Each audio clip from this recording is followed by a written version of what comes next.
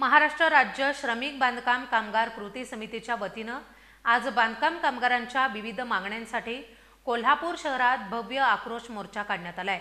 जिल्ह्याच्या कानाकोपऱ्यातून हजारो बांधकाम कामगार या मोर्चात सहभागी झाले होते।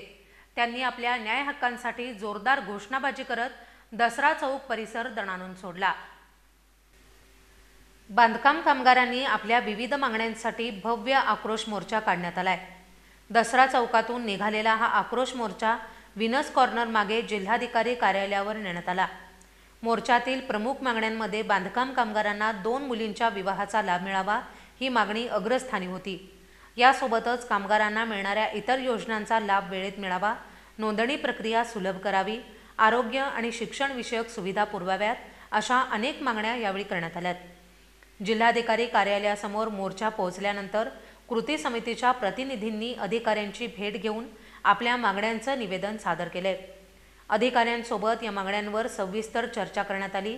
आपल्या मागण्या मान्य होईपर्यंत लढा सुरूच ठेवण्याचा निर्धार यावेळी कामगारांनी व्यक्त केलाय।